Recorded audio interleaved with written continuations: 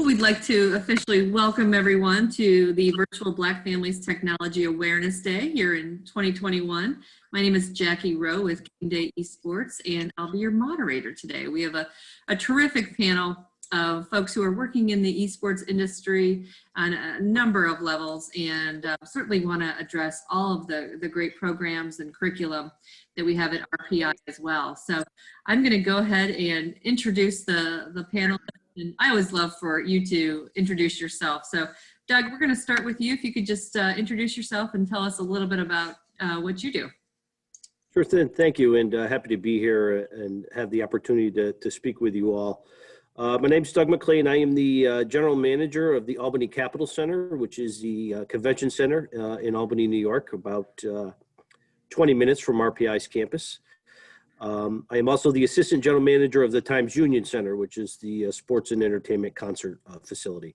I've been down here in Albany for 23 years now, operating both venues, and we host large events, concerts, sporting events, conventions, meetings, and now in the last 3 years, esports. We've created our own esports tournament. We've worked with the RPI Gaming Hub to host their Games Fest, and 20 years ago, I don't think I would have ever thought that I would be hosting video game conferences in what I'm doing in the future, but certainly I know this is just the start of a lot of things to come. So thank you all for having me. Great, thanks Doug, welcome. Gian Harris, please introduce yourself.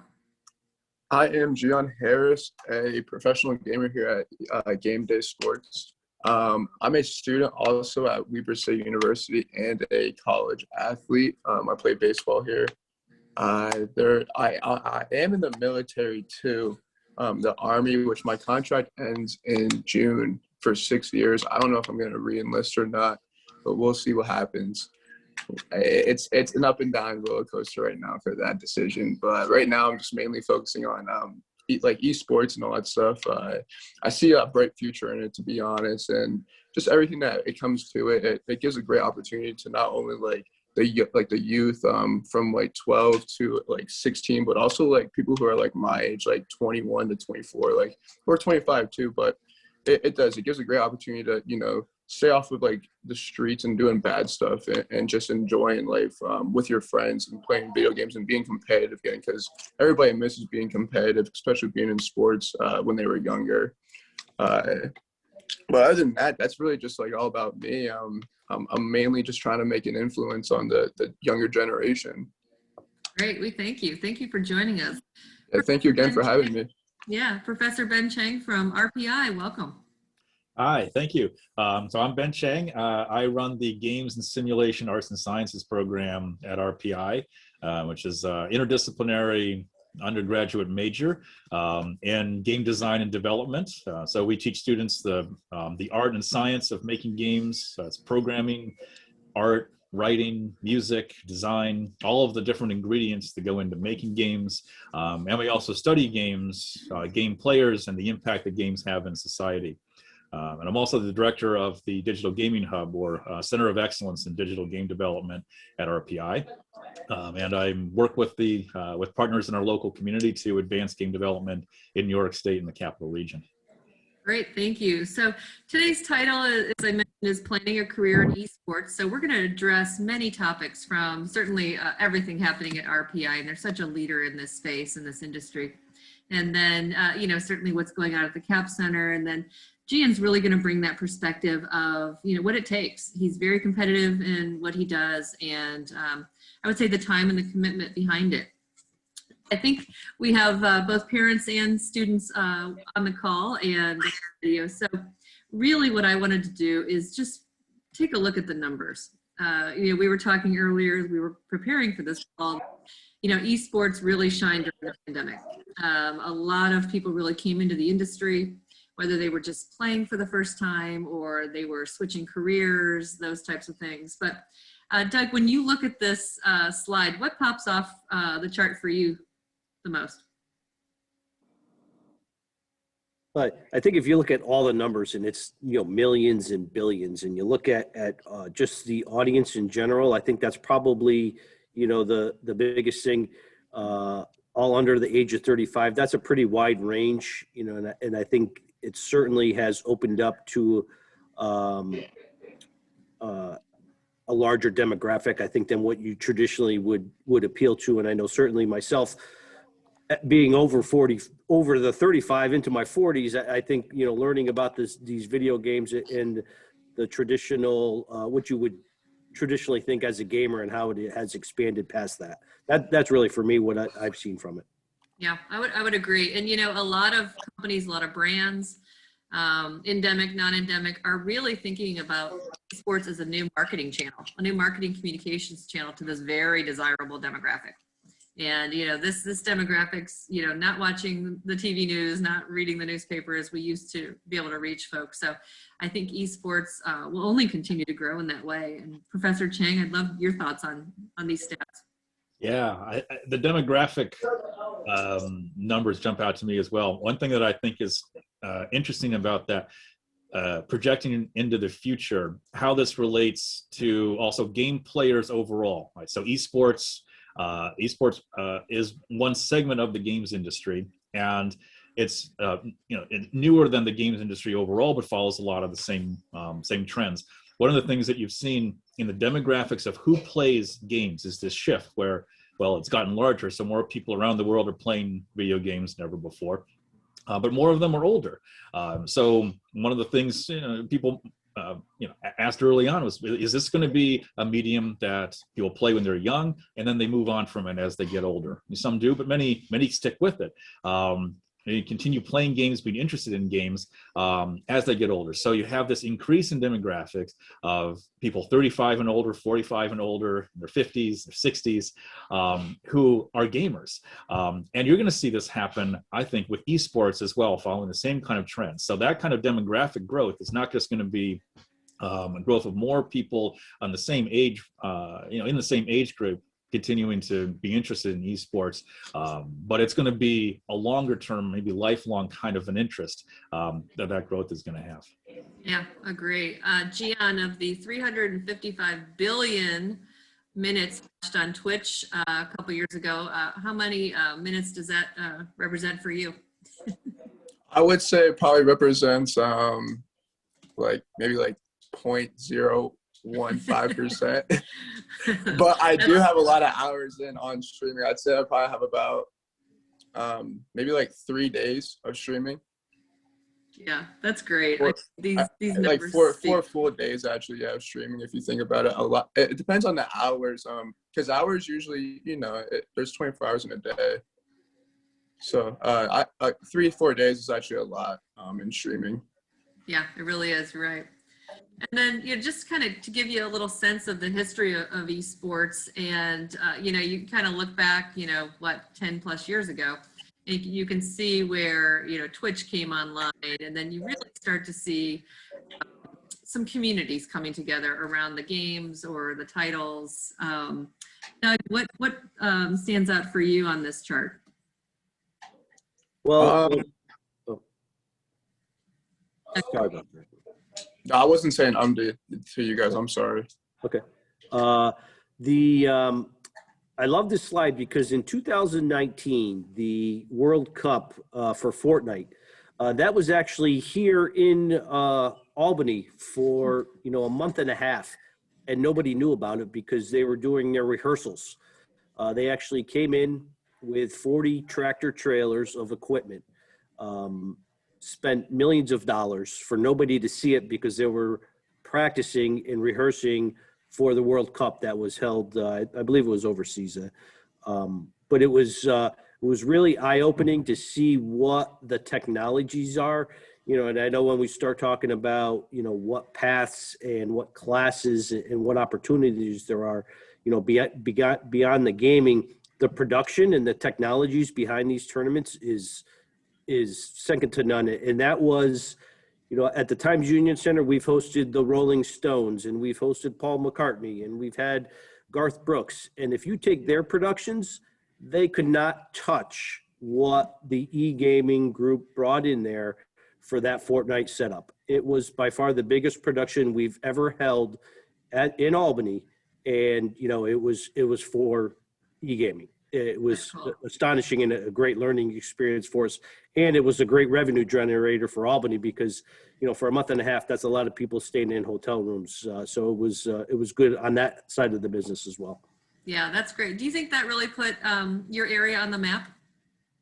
It definitely helps. And I know it opened up because Albany, I don't think is necessarily known as, outside the gaming community as the gaming hub. But when you look at the companies that are here, and that started with Vicarious Visions, years ago, probably with Guitar Hero, and how it's grown into, Valen Ventures with their new Super Mario Kart on the Switch, and what PUBG's doing. It's really great, and I think that opened their eyes, for the Fortnite folks when they're here, realizing what actually Albany has to offer. And had it not been for the 2020 pandemic, they were going to come back and do the same thing. So I think it's definitely something now where Albany, and the capital region, RPI will benefit from. Yeah, great point. Of course, we can't show a slide about the history of esports without mentioning Ninja and Drake playing Fortnite and practically broke the internet. So got to keep that on there. And then, Professor, there's so many great things happening at RPI in this industry, from certainly game development all the way to the creative side, if you will, the journalism side of it. Share a little bit about what students and parents could really begin to learn and potentially study for career opportunities at RPI. Right. I think the exciting thing is that there are so many different kinds of careers. So in a way, almost no matter what it is that you're passionate about, there's a way that you can build a career with that in games. So the major that I run, the Games and Simulation Arts and Sciences major, this is in itself a broadly interdisciplinary major because making games takes so many different kinds of skills and different kinds of people and different perspectives to bring it together and make that magical, unique thing happen when you get a really great game out there. So, it takes technical innovation, it takes math and computer science, but it also requires creativity and storytelling and visual art and sound and music, and it needs business sense, and it needs people who can communicate and work well with each other. Probably that's the most important thing underneath all of this is this like the importance of teamwork, whether you're on the side of the industry where you're making games or you're on the competitive play side, right? It's like that ability to work together is so essential. And then there are careers that you can have in games journalism, in being a content creator, and all these other different aspects around the industry. And I think that's a really exciting thing, that there's so many ways to get into it, and so many exciting things that you can do. And Professor Chang, while we're on this slide, just talk a little bit about the gaming hub at RPI and just really the support of the ecosystem that you have in place to support students. Yeah. So one of the things, as Doug mentioned, there's this real wealth of talent and capability and work being done in games in our area that probably doesn't get recognized as much as it should. We have some of the top games in the world are being made here in here in the capital region. So what we do at the Gaming Hub is we try to support that ecosystem. We work with established studios. We work with nonprofits and community organizations. We run incubator programs for indie game developers and startups to get their businesses going and get their first game published.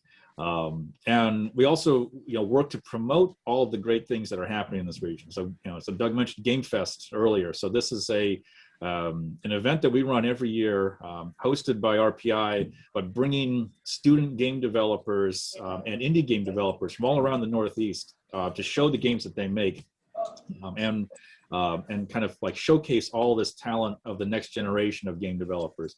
A cool thing about how you can use these different games technologies in different ways, right? So in 2019, right, that was when we did it at the Capitol Center, and that was amazing. That was the biggest game fest we had yet. and in this in this fantastic venue, and we had speakers coming from all over the world. We had teams coming from all these different schools coming and showcasing their games. Well, 2020 hit. We were going to do that again, and of course couldn't. So we ran the event entirely in virtual spaces. So we did it in a social VR platform called Sansart, and we streamed it on Twitch.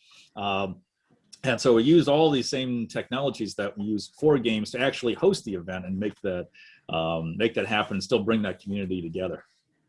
That's great. There just seems like endless support for students who really want to get into esports and in whatever career. So thank you for sharing that. And again, Professor, you can talk about this, but RPI is a leader in esports and certainly helping foster and guide students along. But these are just two headlines that certainly are headline grabbing. Yeah, so we've been consistently ranked in the top schools by the Princeton Review, Animation Career Review, other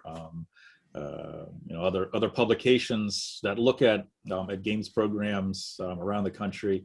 I think one of the interesting things about game programs in higher education is that there's such variety in the kinds of things that you can do in different schools. So every one of these games programs at different colleges and universities has a different kind of a flavor to it, a different way that it brings the different elements of their campus and their community together.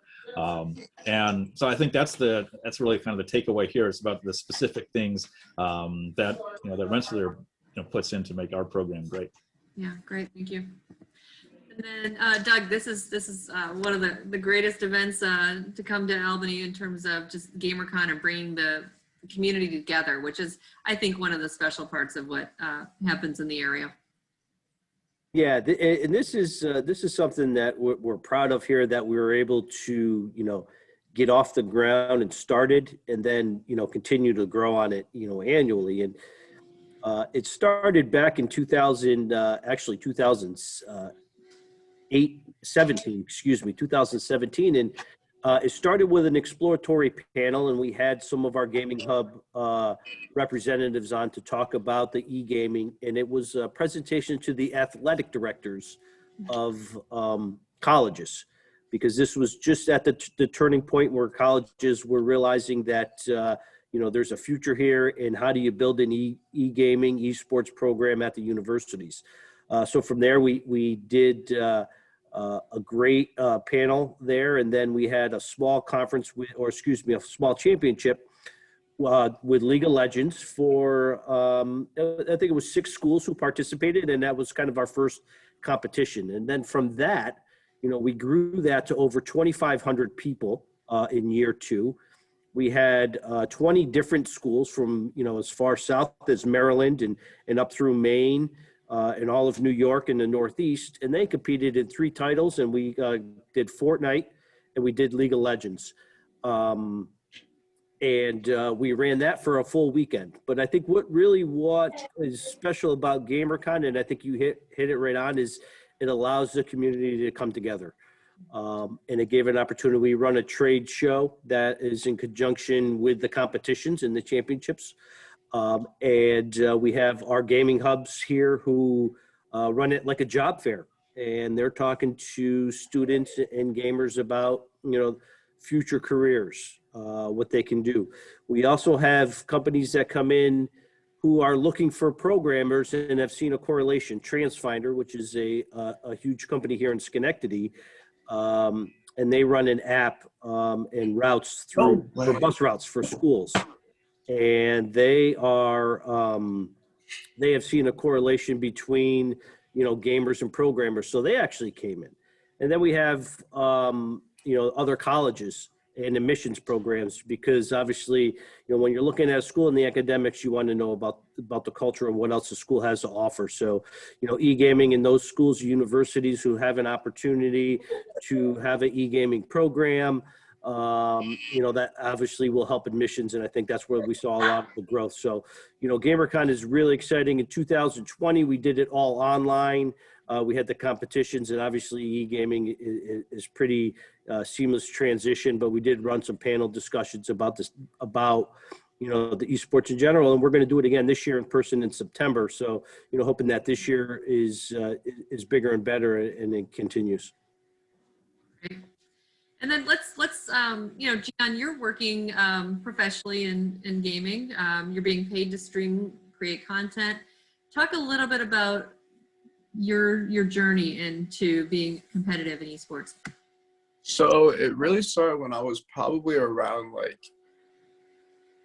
13, I would say, where I really found an interest in FIFA really, but like just with video games in general. I love playing video games, but like when I found it that you could like actually get paid and really take it like serious, and there was like a whole league about it. It really wasn't big when I was 13 either, which was about like 12 years ago. But it wasn't as big as what it is now. And I figured out that I was better than a lot of my friends when I was playing them too, and they played it for years on end also. But I was like realizing that I was beating them by like 5 or 6 goals sometimes, and I would be like, maybe I need to like actually start taking this a little bit more serious. So around like my like junior year of high school is when I started taking FIFA like really serious. And then I got a great opportunity for my aunt almost like a year ago with esports, and she was like, hey, like I know like you played it for years on end, but like do you want to take it serious now? And I was like, yeah, I will. So she hooked me up with Game Day, and Game Day just after that let me practically use it as a platform to just branch out to the esports community and really take it serious.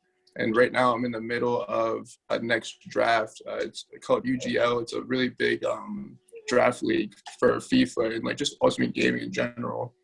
But they're saying I'm projected to be top 10 in the draft out of everybody in the world. I think there's 3,000 picks in the draft, or there's 3,000 candidates that are selected right now.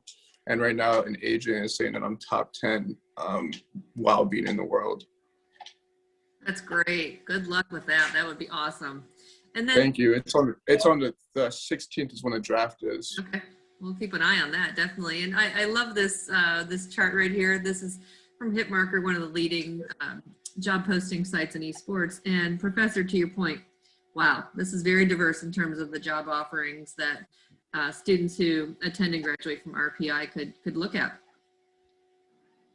Yeah, absolutely. I mean, you look at this. There's jobs ranging from software developer to marketing, copywriting, running PR campaigns, managing live streams, QA testing and test analyst. That QA is quality assurance, so that's like game testing, which is like one of those most fundamental parts of actually shipping a successful title, is having really good quality assurance and testing and play testing that you put in there. So there's so many different things that you can do in all aspects of this industry. And what I love too is literally we're looking at opportunities from around the world, or New York. You could stay wherever you want. There half of these jobs are remote, working anywhere, and I think that's a tremendous opportunity for folks who are looking to get into the industry. Yeah, I'll just say a word about that. I think this is a really exciting thing. So the thing about this industry is the way that it is so global. Right? So we talk about games sometimes as this intersection between like Hollywood and Silicon Valley, right? So it's a software development industry that's also an entertainment industry. I mean, I think with esports, right, so that's expanded it even more. So this is Silicon Valley crossed with Hollywood, crossed with professional sports, crossed with athletics, right? And in some ways there are global hubs of where games are made, but it is not so locked in, right? So it's not so defined by a Hollywood, by a Silicon Valley. It's something that is all online. It's all distributed. That's baked into the way that this industry works. And so that kind of diversity of the ways that you can work and the place that you can work and make a career in this, I think, is really exciting. Yeah, that's a great point, and that also hits home with internships. You literally could be doing an internship with a company in London or absolutely. yeah. Let's Gian, let's focus on, think about the life skills you've learned while gaming, right? You've said you've been really taking this serious last 10 years or so. You know, about critical thinking, problem solving.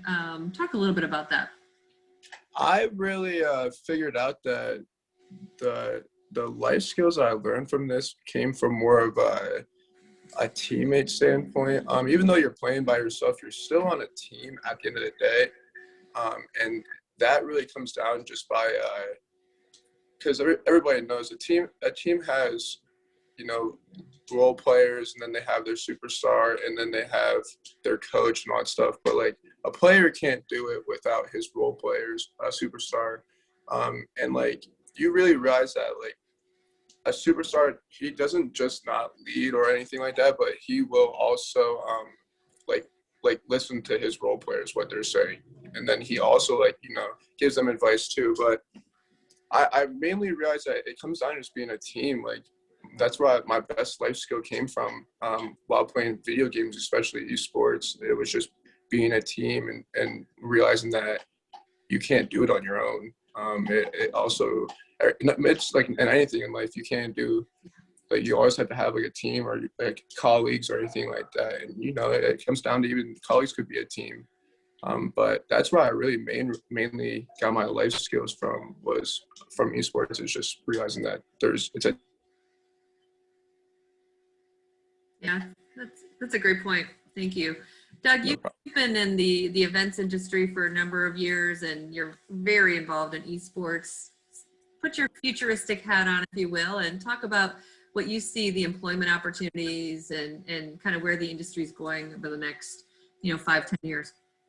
Yeah, it's, as a facility manager, a lot of what we put into this facility, not knowing that it was, going to lead us down to the video game or to the streaming, is the internet bandwidth and the technologies. And I think if you look at a lot of those ancillary jobs or supplemental jobs, so you have the gaming, but if you're into the technologies and the programming and lighting design and audio and all the stuff that goes into the game presentations when you're at these large tournaments, I think there's a huge opportunity there. But really what we're seeing now is actual facilities being built specific to e-gaming. They're, e-gaming arenas and esport arenas where, normally we're built to play hockey and basketball. Now these facilities are just are built specifically for the video gaming. I know Notre Dame, South Bend, Indiana, they just opened their facility. I think they had their grand opening 3 weeks ago, and that's managed by the company I work for. My actual employer is ASM Global, and we manage 300 plus facilities around the world, China, Australia, and obviously United States, London. So we do, have that, but when you look at the facility management side of things and the needs that are required to have a professional production and presentation of these tournaments, I think, you have where you may not be playing the games, or, when I was watching, I couldn't figure out what was going on with the games, but, when you're actually in there and getting the needs and finding out the technologies that go behind this and the computer software and the actual computers that are running, it's endless opportunity as far as where those, let's call them the fingers that branch off of the gaming industry that open up the doors, to a series of other potential, avenues, really. Yeah, right. Professor Chang, same question to you. Where do you see the industry 5-10 years and the employment opportunities? Yeah, well, I see a similar kind of growth to what Doug is talking about.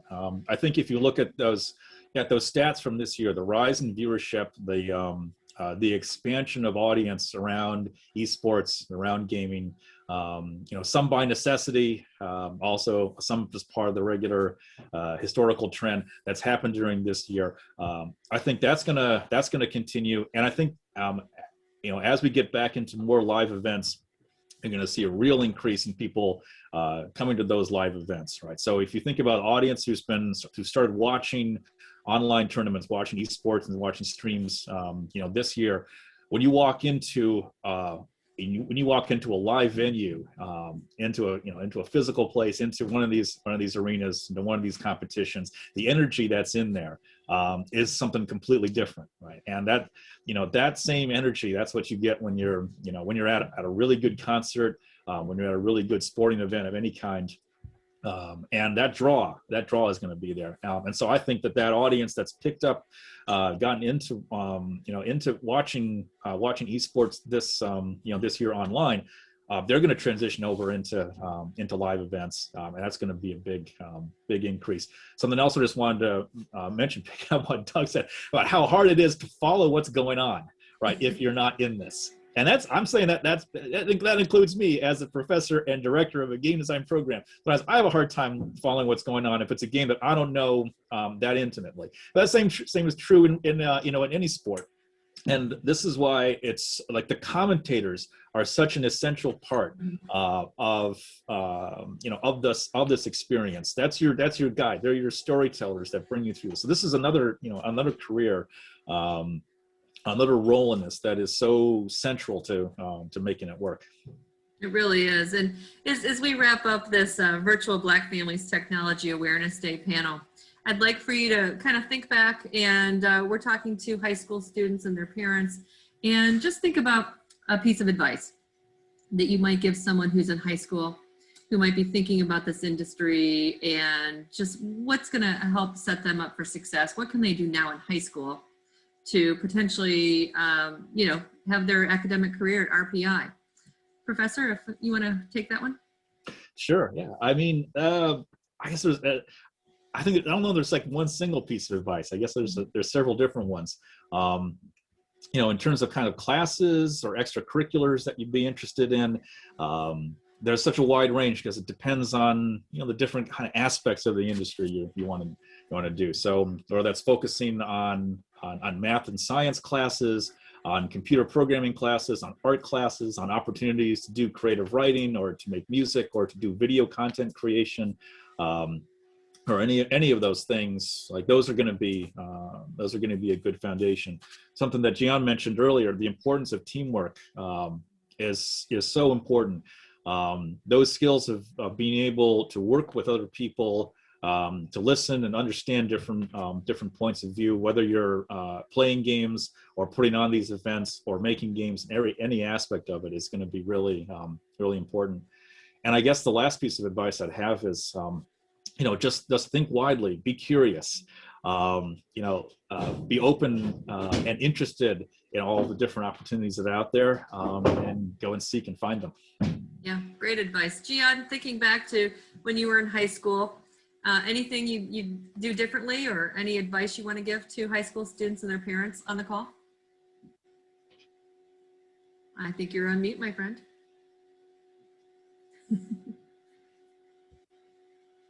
I'm sorry, I disconnected out of nowhere, but if I could have done it back in high school, I would have probably took it a lot more serious and found out different leagues that you could get into and teams and stuff like that. And just really really focusing in on what game you are good at. Everybody wants to play all the Call of Duties, and everybody wants to play a bunch of different games, but you will realize what game you're really good at.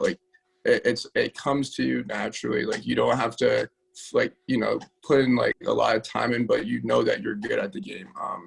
So that's one advice I'd probably give a bunch of high schoolers or my high school self, was just really, like I said, taking it serious and knowing what game that you're good at, and just really branching out to playing in leagues, because you can play in a league without being on a team. But I would have done something like that. That's great. Doug, think about maybe some advice, some practical advice you might give parents who are on the call, who are thinking, okay, this esports industry, you might have sold me with this panel. Tell me a little bit more. Yeah, well, as a parent and father of a young gamer, open mind. You have the segment. I know certainly, when I was growing up, it was,